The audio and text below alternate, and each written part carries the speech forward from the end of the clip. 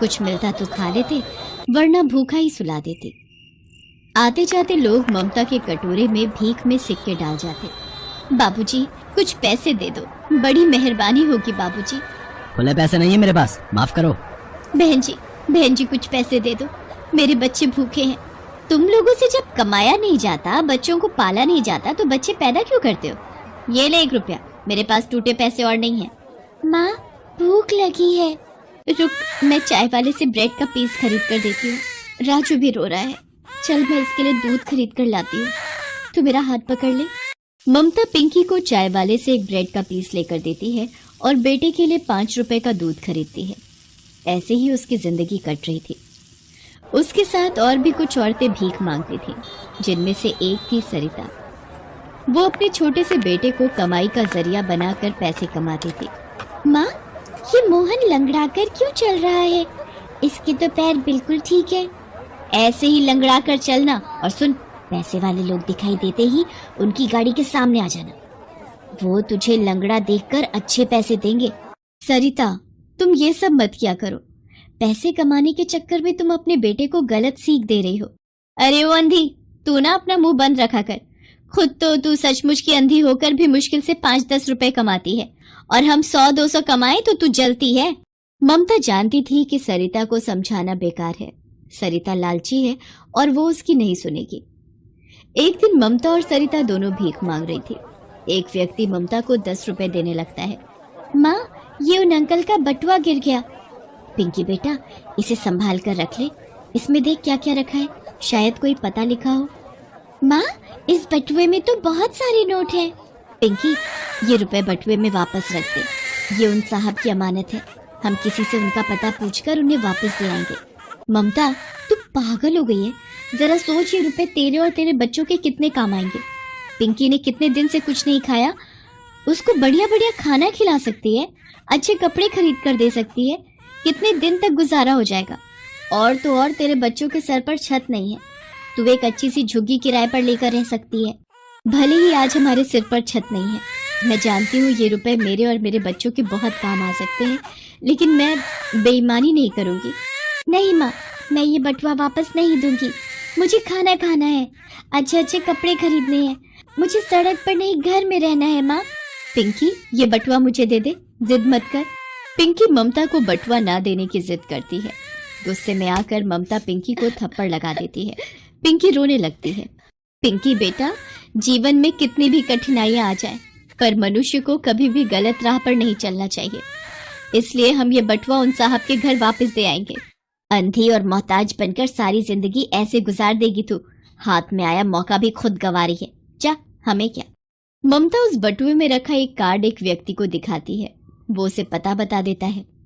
ममता पिंकी का हाथ पकड़ती हुई मुन्ना को गोदी में लिए उस व्यक्ति के घर पहुंचती है जिसका बटुआ गिरा था। माँ, ये तो बहुत बड़ा घर है और गेट पर एक भैया बैठे हैं। ए भिखारिन, कहाँ चली आ रही है? किससे मिलना है भाई? भैया, मुझे इस घर के मालिक से मिलना है, मुझे उनसे बहुत जरूरी काम है। अगर तुझे कोई भीख चाहिए तो वो आज के दिन तो नहीं देते साहब, उसके लिए तुझे मंदिर जाना होगा। साहब हर सोमवार को मंदिर में ही भिखारियों को दान करते हैं। नहीं भैया, मुझे उनसे कोई और काम है, मुझे उनसे कुछ लेना नहीं है, उन्हें कुछ देना है। तेरे पास ऐसा क्या है जो तू हमारे साहब को देगी? चल हट आगे से, अंधी कहीं की। साहब की गाड़ी निकलने वाली है, हट जा।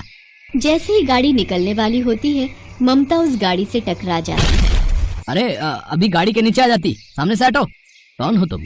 अरे साहब कोई नहीं, एक अंधी भिखारिन है, बहुत देर से आपसे मिलने के लिए कह रही थी, बोल रही है आपको कुछ देना है। तुम्हें मुझसे क्या काम है, बताओ। पिंकी बेटा, ये साहब का बटुआ दे दो। आपका बटुआ कल सड़क पर गिर गया था जब आप मुझे भीख दे रहे थे।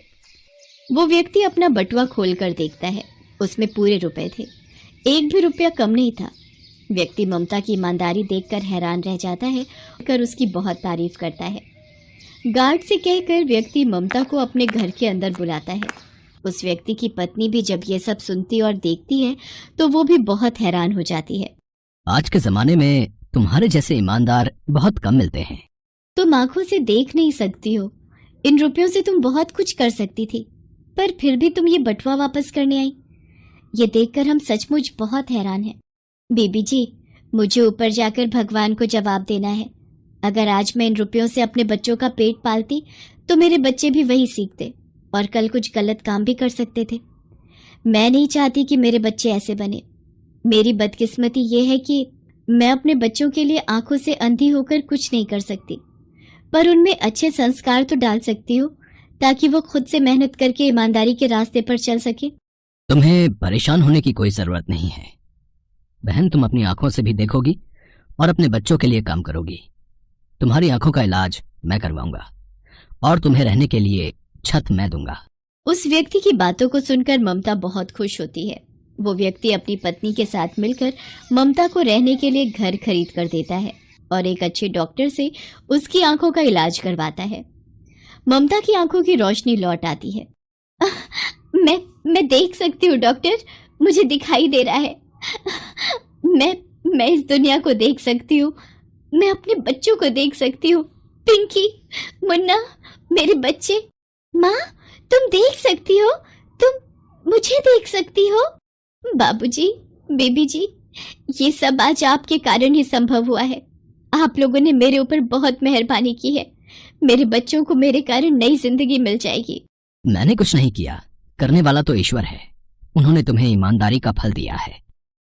अब से तुम अपने बच्चों के साथ अपने घर में रहोगी।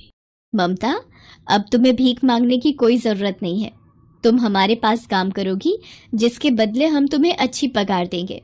ममता को उसके जीवन में वो सब मिल जाता है जिसकी उसने कामना भी नहीं की थी। उसके सिर पर छत थी और कमाई का जरिया भी था। उसे ईमानदारी का फल मिल जाता है। ममता के जीवन में आई खुशियां देखकर सरिता भी अपने व्यवहार पर बहुत शर्मिंदा थी। उस दिन के बाद सरिता भी मेहनत करती है और अपने बेटे को भी अच्छी सीख देती है। अरे सोनी बेटा, जल्दी से पानी की बोतलें उठा ले। पानी चला गया तो हम फिर पानी के बिना सारा दिन परेशान होंगे। ठीक है माँ, आप मटका पकड़ लो, मैं बाल्टी और बोतलें पकड़ लूंगी। अरे नहीं बिटिया, तू खाली बोतलें पकड़ और ये मटका और बोतलें दोनों मेरे हाथ में रहने दे। सरला एक गरीब बस्ती में रहती थी, जहाँ पर पानी या सुबह शाम आता था या दिन में एक बार या फिर 2-2 दिन पानी नहीं आता था। बस्ती वाले सब सुबह से लाइन में खड़े हो जाते थे और एक एक करके सब पानी भरते थे। कई बार तो सरला को पानी भरने जाने के लिए थोड़ी सी भी देर हो जाती तो पानी चला जाता था, इसलिए पानी के बिना गुजारा करने में बड़ी मुश्किल होती थी। अरे, पानी की टंकी पर तो बहुत लंबी लाइन लगी है। जब तक हमारा नंबर आएगा तब तक तो पानी चला जाएगा। अब क्या करें? माँ, मुझे बहुत तेज प्यास लगी है, मुझे पानी पीना है। बेटा बस थोड़ी देर और सब्र करो, बस 3 लोगों के बाद हमारा ही नंबर है। गर्मी के दिन और ऊपर से पानी की किल्लत, ये किसी भी गरीब को सबसे ज्यादा परेशान करती है। बूंद बूंद पानी के लिए भी बेचारे बहुत परेशान होते हैं। और ऐसा ही हुआ, जब सरला का नंबर आया तब तक पानी जा चुका था। अरे, पानी तो चला गया, अब क्या करेंगे? आशा भाभी के हाथ में पानी की भरी हुई बाल्टी, ये कहाँ से भरकर लाई हैं? एक बार इनसे पूछती हूँ। अरे आशा भाभी, आप ये पानी कहाँ से भरकर ला रही हो? वो मेन रोड पर टैंकर आया है पानी का, तो सब लोग वहीं से पानी भर रहे हैं। मैंने भी ये बाल्टी वहीं से भरी है। सोनी बेटा, चल एक बार सड़क पर जाकर देखते हैं। पानी का टैंकर अभी खड़ा होगा, हम पानी वहाँ से भर लेंगे। माँ, फिर तो हम जल्दी जल्दी चलते हैं, कहीं ऐसा ना हो पानी का टैंकर भी चला जाए। बेचारी सरला और सोनी हाथों में मटका, बाल्टी और पानी की बोतलें उठाए दौड़ती हुई सड़क पर जाती हैं। भैया, यहाँ पर एक पानी का टैंकर खड़ा था ना, वो कहाँ गया? वो टैंकर तो कब का चला गया। गर्मी की वजह से सबको पानी की बहुत जरूरत पड़ती है। जब बस्ती वालों को पता चला कि यहाँ पानी का टैंकर खड़ा हुआ है तो सब लोगों ने यहाँ भीड़ लगा दी थी। कुछ ही देर में पानी का टैंकर खाली हो गया। माँ, अब हम क्या करेंगे? मेरा प्यास से गला सूख रहा है। एक काम करते हैं, अभी मैं मालकिन के घर जा रही हूँ, तू मेरे साथ चल। मैं तुझे वहीं से पानी पिला दूंगी और थोड़ा पानी घर के लिए भी भर कर दे दूंगी, फिर तू घर चली आना। सरला सोनी को अपने साथ काम पर ले जाती है। अच्छा हुआ सरला आंटी आप आ गए। मैंने बालकनी में स्विमिंग पूल तैयार कर लिया है, उसमें पाइप लगा दो, पानी भर जाएगा। मॉम, आज मेरे कुछ दोस्त आने वाले हैं तो हम लोग पूल पार्टी करेंगे।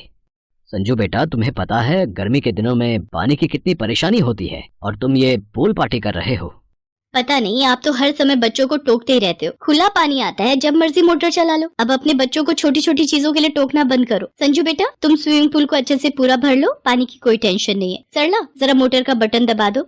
संजू बाथिंग पूल में पाइप लगाकर अपने कमरे में चला जाता है और फोन पर बात करने लगता है। इतनी देर में पूल पानी से भर जाता है और उसमें से पानी बाहर गिरने लगता है।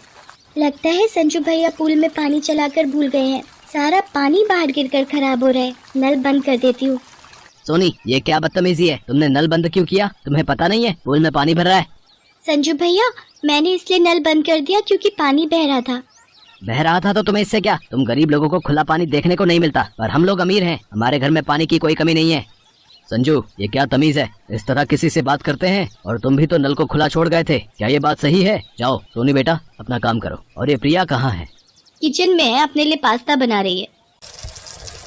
बीबी जी, सिंक में पानी का नल चल रहा है, तो चलने दो, कुछ नहीं होता, जरा सा पानी बह भी जाए तो।